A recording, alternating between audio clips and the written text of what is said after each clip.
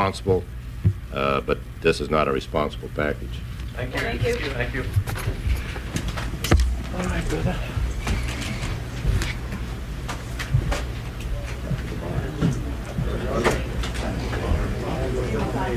It's like the old days in Texas. You have to get enough property, you didn't get to vote. We continue now with our C-SPAN coverage of events surrounding the House-Senate negotiations on the federal budget. Next, we will hear from U.S. representatives calling themselves the Progressive Caucus. The members met with President Clinton at the White House this morning to express their concerns about the federal budget bill. Members of this group say they are looking out for the interests of the, quote, working people and the poor. Following their meeting with the president, the members met with reporters outside the White House to explain their cause. This 10-minute briefing begins with Representative Bernard Sanders, an independent member of Congress from Vermont. What we had is a very good conversation with the president and the vice president, talking about some aspects of the budget reconciliation bill that we feel strongly about, some problems that we have with it, and some ideas that we have for the future in which we would like to work with the president. Specifically, one of the elements of this program that all of us feel very positive about is that after years and years in which the rich grew much richer and their tax burden went down, at the same time as working people and poor people grew poorer and their tax burden went up, we all feel very positive that it is about time, and we're delighted that the president has come forward and said the rich have got to start paying their fair share of taxes, and that some of that money, a not insignificant sum, $21 billion, is going to the Earned Income Tax Credit, which is going to lower taxes for the working poor. Rich are going to start paying more, working people are going to start paying less, and many of us feel very positive about that. Also, we feel very positive, although we would have liked more, and we'll fight for more, that for the first time in many, many years, a president is beginning to pay attention to the needs of the children of this country. It is a national disgrace that we have, by double, the highest rate of poverty in the industrialized world for our children. So we feel good that not only will the Earned Income Tax Credit be there, but the food stamp program is going to be expanded, the Children's Immunization Program is going to be expanded, the Family Preservation Act, which deals with child abuse, is also going to be adequately funded. So there are elements of the program that we feel very positive about, some that we don't feel so positively about. For example, some of us, all of us, I think, believe that the corporate income tax should have gone up to 36%. In our districts, people are not moaning the fact that the rich are not paying more. We think that they should. So we think that there's some very strong initiatives here. In some areas, we think that perhaps we should have gone further. What about the Earned Income Tax Credit? Is that going to be high enough for you? Well, at $21 billion, let's not kid ourselves. This is the strongest anti-poverty program to be brought forth in this country in the last 20 years. And what is being said is that while we ask the rich to finally start paying their fair share of taxes, a significant amount of that money is going back to people today who are making $4 an hour, $4.25 an hour, $5 an hour, $6 an hour, and they have kids.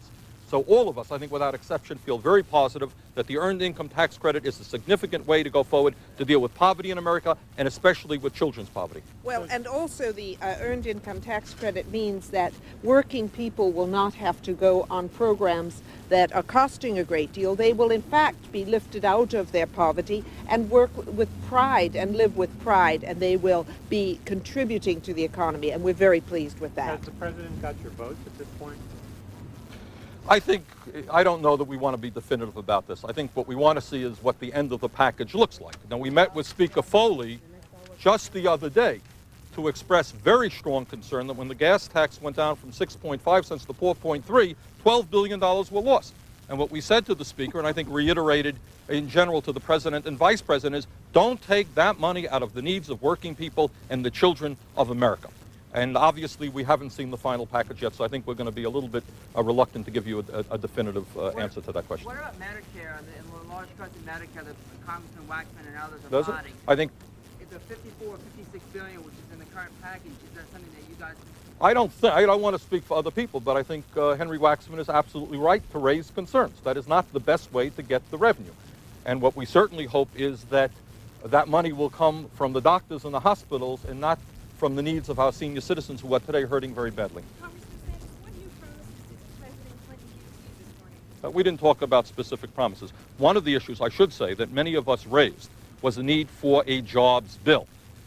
that as many positive things as there are in this program, what there still is not is a significant jobs bill that puts millions of American people to work. So I think almost all of us feel that that should be coming down the pike fairly soon. We would like that, and I think the President gave some indication that he was willing to take a look at that. So the issues you addressed here this morning are for a future agenda? Well, for the present and for the future, but we did raise future issues. And the jobs bill, I mean, ultimately, we still have 16 million workers in this country who are unemployed or underemployed. And they want us, and I think the President wants, to put those people back to work. We lost the $16 billion job program. Many of us believe that that was not handled well, that we did not do a good job, the President did not do a good job, and that if we can take the case to the people, that we can rebuild America and put people back to work, we think we have not only an important step forward, but a winning political program. And did he indicate Clinton's reaction? Well, I think he indicated that it's something he's going to be thinking about. Did the President indicate a stimulus package next year? Well, again, I don't want to speak for everybody, but I think all of us, in terms of the democratic process, that you have one senator who was able to hold hostage an entire program supported or which hundreds of people are leaning toward, is a real problem. So I think I speak for most people about that. Did the President indicate that he thought a stimulus package might be possible next year when the agenda isn't so full? I don't want to put words in his mouth. I really don't like doing that. But I think we impressed upon him the importance of that, and I think he's willing to give that some serious thought. Congressman Sanders, the formation of this coalition, what's brought it about? Have you all felt that you've not held enough sway with this? Well, I think what many of us felt is we're not going to go tell you that the Congress is a particularly progressive institution. But we did think that there were more progressives in the Congress than the White House or the American people really knew of.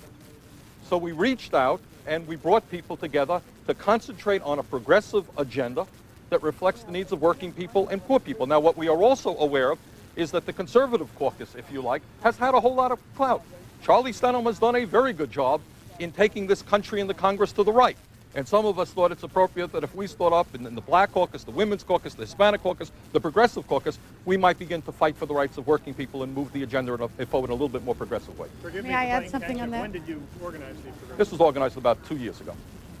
Yeah. Is there enough in there? Is there anything in there? Oh, there is. Yeah. I'd like to add that without the voice of the Progressive Caucus and the Hispanic and Black Caucus and the Women's Caucus, we would not be nearly as close as we are to our original goals for investing in humankind in this country. Our voice was heard, and it'll continue to be heard. We could have lost the whole thing. Our president is for our programs, but he needed our voice, and he got it, and we've come a long way. Okay. Thank you. Oh, I think we came away with a whole lot. I mean, during the last week, we have met with Mr. Foley, Mr. Panetta, and today the President and the Vice President to make it very clear what our agenda is. And that is, don't forget the needs of working people, the poor, the children of America. And I think that word is getting out very, very clearly. It's not just corporate America that we got to worry about. Got to worry about the needs of ordinary people. Healthcare reform at all? No. I think on that issue, without going into great detail today, there are probably some very serious disagreements between many of us. I don't want to speak for other people. Single payer? Yeah, many of us are for single payer, many of us are anti-NAFTA, and that's an issue we did not get into.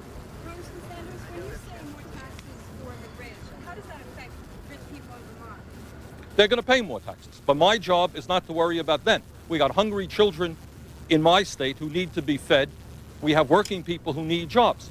And frankly, after 12 years of Reaganomics in which hundreds of billions of dollars were shifted from the pockets of working people and poor people to the rich. Do you know we have the widest gap between the rich and the poor in the industrialized world? So I don't think our job is to worry about the needs of the rich. Somebody's got to stand up for working people in this country. President Clinton that message? Well, again, I don't think we like putting words in somebody else's mouth. I don't think that that's a concept that is alien to him. I'd like to say something about the meeting. I'm Congresswoman Pelosi from San Francisco, and during the campaign, President Clinton said that working families in America should not live below the poverty level. In this package, the president took the leadership to put the earned income tax credit in at a very strong number. It will be in the bill, as we understand it now, at $21 billion. In putting that money in there, President Clinton honored his commitment to working families in our country and kept his promise to children that if their families worked full-time, they wouldn't live below the poverty line. We wanted to give our support to the President to hold the line that that number did not go below $21 billion. Our colleague Cynthia McKinney also was very forceful in having single employees in the bill, which affected families in America as well. So we consider this a great victory. And while we're on it, it also helps businesses, because many of the people in America who are working at the minimum wage are working below the poverty line. At some point, we must increase the minimum wage. The economy might not be able to take it right now, they tell us, but this is a way to help families living in poverty and small businesses in America, and help the President keep his promise to keep people first. Absolutely right. Okay. Congresswoman Pelosi, is there enough votes in the House right now on the Democrat side to pass the President's program? I believe that the House will pass the President's program. It will. How much effort by the President? How much lobbying does he have to do? Well, the President has been very generous with his time in informing members of why certain things are in the package. I think he's worked very hard. When we win in the House, it'll be